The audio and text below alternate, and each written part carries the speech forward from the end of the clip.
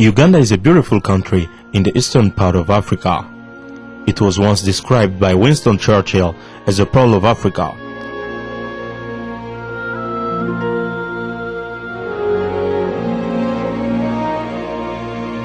For decades, it was ruled by dictatorial leaders and civil strife. When AIDS struck in the early 1980s, the country held the unenviable position of the highest prevalence in the world. Those incidents led so many Ugandan communities in remote areas into high instability and high mortality rates. All the following generations could not spare themselves from the consequences of what eliminated their grandparents and parents as well. The result is that today there are over 2 million orphans of war and AIDS in this single country. Wakiso district, like many others around Uganda, is facing the same problem. Nobody could guess the realities faced by the human being living in the middle of this green vegetation until one stepped on the field.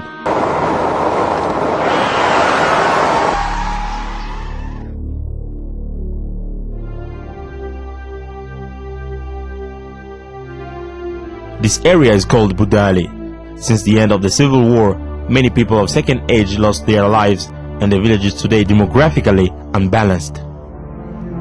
The only hope for the future of this entire community lies on these young creatures. Around the year 2000, some national missionaries decided to travel countrywide and take the gospel of hope to the vulnerable people. A certain Bishop David Kiganda of Christianity Focus Ministries then decided to penetrate this community, but the first approach gave an impression of a big disaster in every angle of life.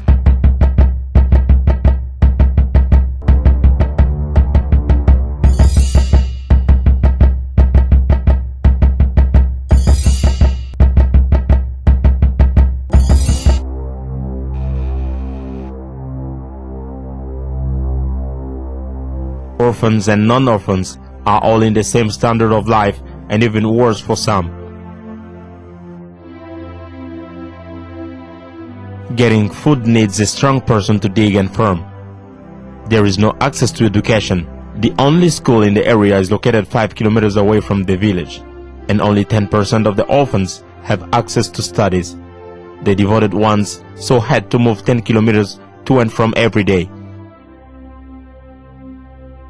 After preaching the gospel and implanting a church in the area, God envisioned David to open up a school within the church and try to ensure the future educational base of the Budaali kids. After more years, the school found itself with 420 children, among which 205 are total orphans. The idea was very good, but doing that was just the beginning of a long and challenging project. At least 2 school blocks are constructed through Focus Ministries' efforts, though they remain non-finalized up to now.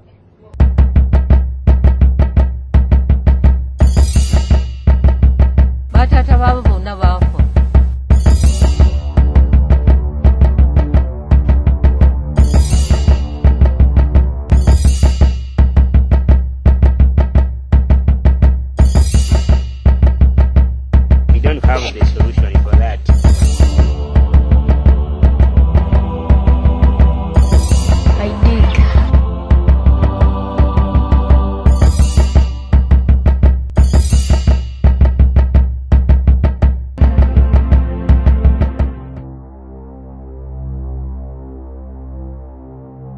These kids, in fact, are forced to accomplish very hard tasks, both at home and at school. Less than 15% of the population knows about shoes and good clothes here.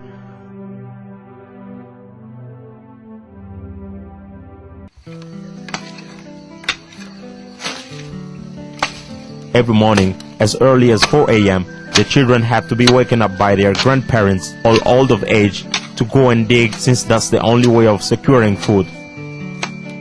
By 6 a.m., they have to move 3 miles to the nearest well recently constructed by a good-willing organization to fetch water.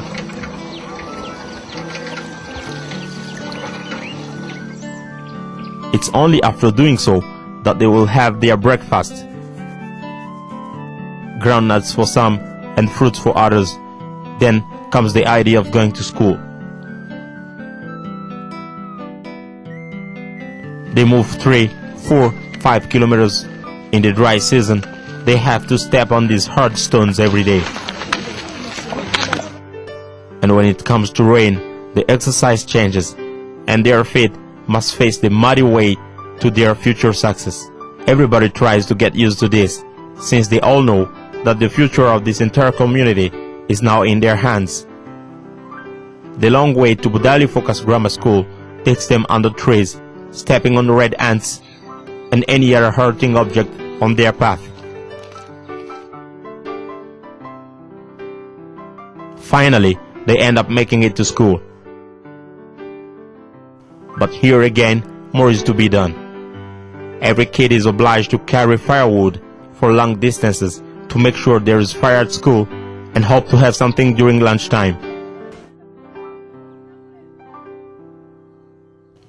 Being a Christian school, all children here know about Jesus Christ.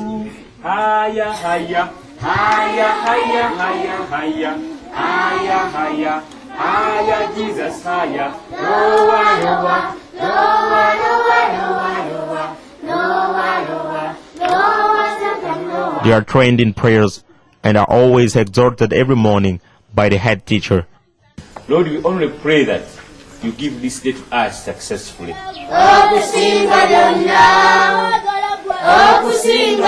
After prayers, every kid takes away to his class.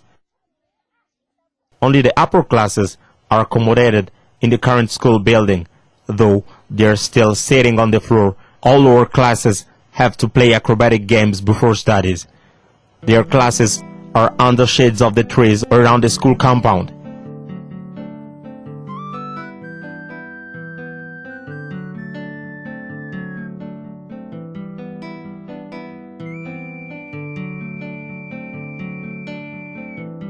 They have to fix blackboards every morning and remove them every afternoon.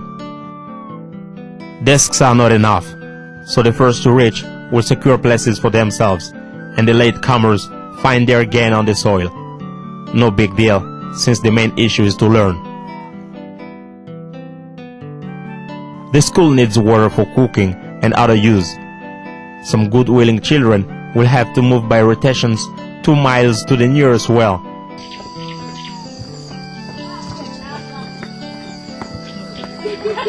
Since the clean water is very far, they take the risk of using this emergency option.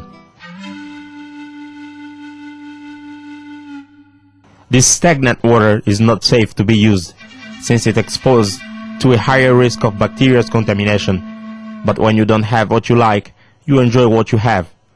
They have to display more acrobatics, with a risk of falling in the pit, and then travel back, each of them with a jerrycan full of this unclean water.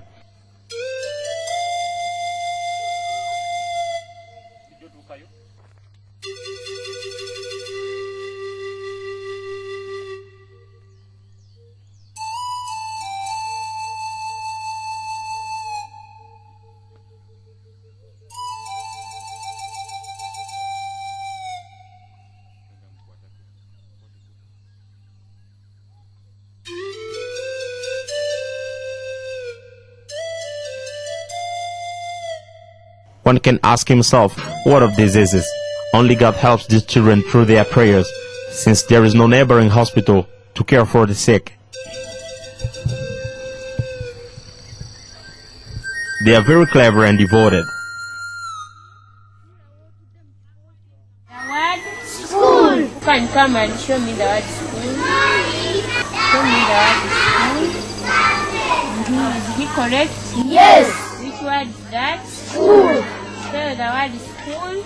S-C-H-O-O-L. They study all along the day and survive on a cup of plain porridge, at times without sugar.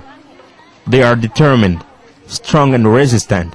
In the afternoon, they move 1 mile away, class by class, to carry bricks and try to build a good latrine for themselves, since the former one is full and is exposing to health hazards. The cry of an orphan here is an everyday song. Their only hope is to get someone to help them ensure their educational future.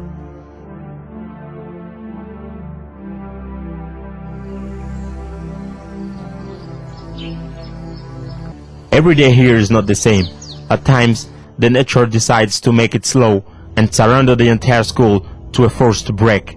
After a very long sunshine, the clouds darken smoothly, and very soon it starts drizzling. No more studies. Everyone has to run for his rescue. They mix up in these only classrooms the school is possessing and expect the rain to stop soon. This day wasn't made for studies. The rain grows heavier and heavier.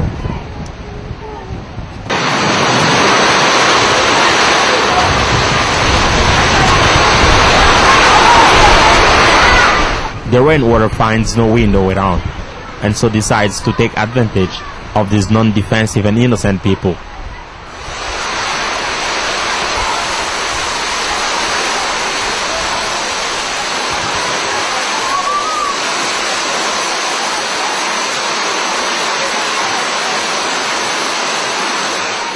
Teachers run to the head office since it has a door to protect the few scholastic papers they have. Others stay here with the kids, trembling of cold, each one trying to warm himself up in his own way.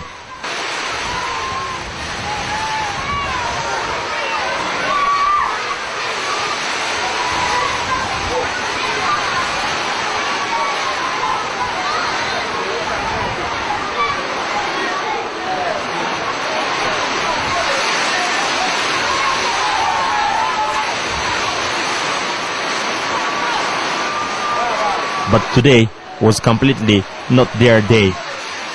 The rainwaters decide to invade the classroom. The head teacher tries to come and rescue his people by creating a way for the water, and other grown students try to do the same. But still, after a few minutes, the classrooms are all in floods. No more sitting. Everyone has to remain standing till the end of the rain.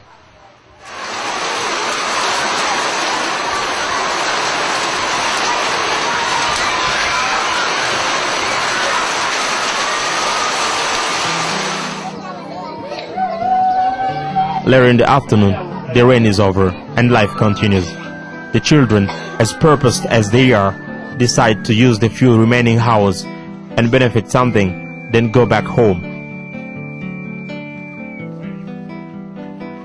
Tonight, there is no electricity in the village. They use this traditional smoking candle to revise what they were taught during day, then go to bed. Magnet, which means real magnetism is lost.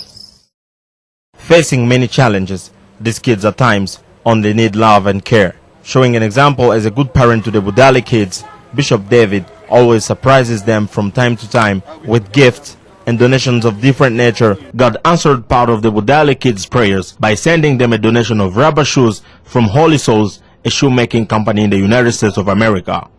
For the very first time in their lives, many children exploded of joy when they got informed that they were receiving pairs of shoes in donation.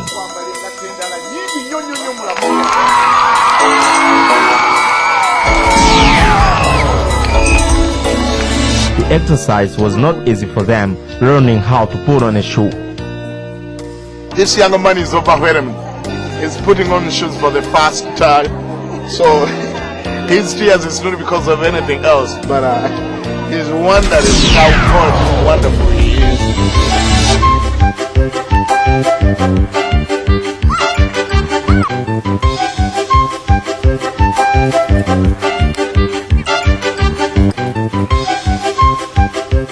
If you're happy and you know, clap your hands. If you're happy and you know, clap your hands. If you're happy and you know, and you really want to show. If you're happy and you know, clap your hands. More than happy to receive the shoes donation, they could not hesitate to transmit their large needs to Bishop David Kiganda. Sponsor. And joined their voices to pray for more blessings over him.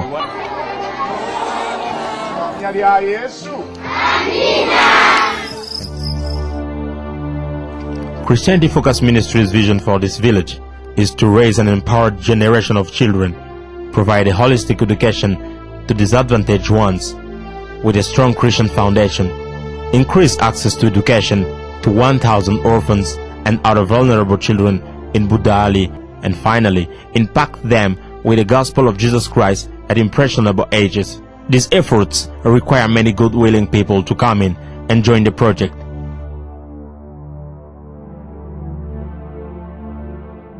Here is the final building plan of the school. It needs 13 more classrooms, comfortable latrines, libraries, laboratories, dormitories to prevent many orphans from moving long distances and take good care of them. Avail a 3-ton car for the easy transportation of other kids living in long distances. Build clean and safe wells for pure drinking water. Building staff quarters to accommodate the teachers who are always exposed to long trips to reach the school every morning. The prayers of these kids today are that somebody outside these mountains prays hard for them, come in and assist them in one way or another to secure their future. It's very easy for you to become part of this today. Get the Budaali Kids brochure today and share it with friends. Contact the Budaali Project from wherever you are around the world. Bishop David Livingstone Kiganda, P.O. Box 70311, Kampala, Uganda, East Africa. Telephone 256-414-251-481 or 256-772-516-964. You can send direct emails to dlkiganda@yahoo.com or christianityfocus@yahoo.com. Another possibility is browsing our website www.christianityfocuscenter.org/projects. The grace of our Lord Jesus Christ and the love of God